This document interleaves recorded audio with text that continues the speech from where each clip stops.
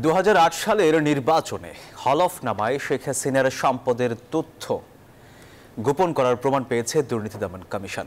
সংস্থাটির চেয়ারম্যান আব্দুল মোমেন বলছেন, নির্বাচনী বিধিমালা লঙ্ঘন করায় তার প্রার্থিতা থাকার সুযোগ ছিল না।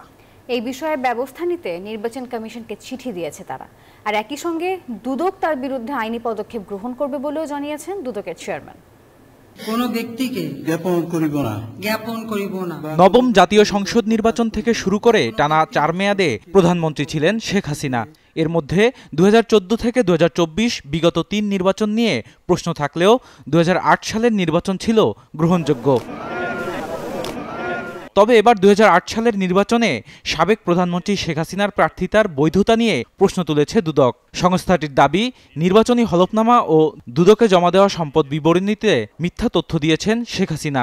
হলফনামায় সে সময় যেভাবে ছিল আমরা ঠিক সেভাবেই বলছি। দুদক বলছে, হলফনামায় শেখ হাসিনা 6.5 একর স্থাবর সম্পদ ও 3 কোটি টাকার বেশি অস্থাবর সম্পদের তথ্য দাখিল করেন।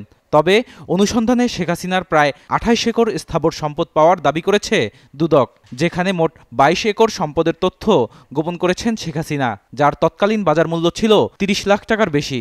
তিনি প্রায় 22 একর সম্পত্তি সম্পর্কে অসত্য তথ্য প্রদান করেছেন।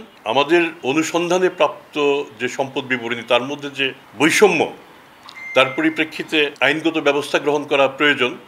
আমরা সেদিকে এগিয়ে যাব। দুদক চেয়ারম্যান বলছেন, এ ধরনের অপরাধে শেখ হাসিনার তখন কোনোভাবেই প্রার্থিতা থাকার সুযোগ ছিল না। নির্বাচনী বিধিমালায় যা করণীয় নির্বাচন কমিশন তা করবে। তবে সাধারণভাবে আমরা যেটা বুঝতে পারি যে এতে প্রার্থিতা পদ বহাল থাকার কোনো কারণ নেই।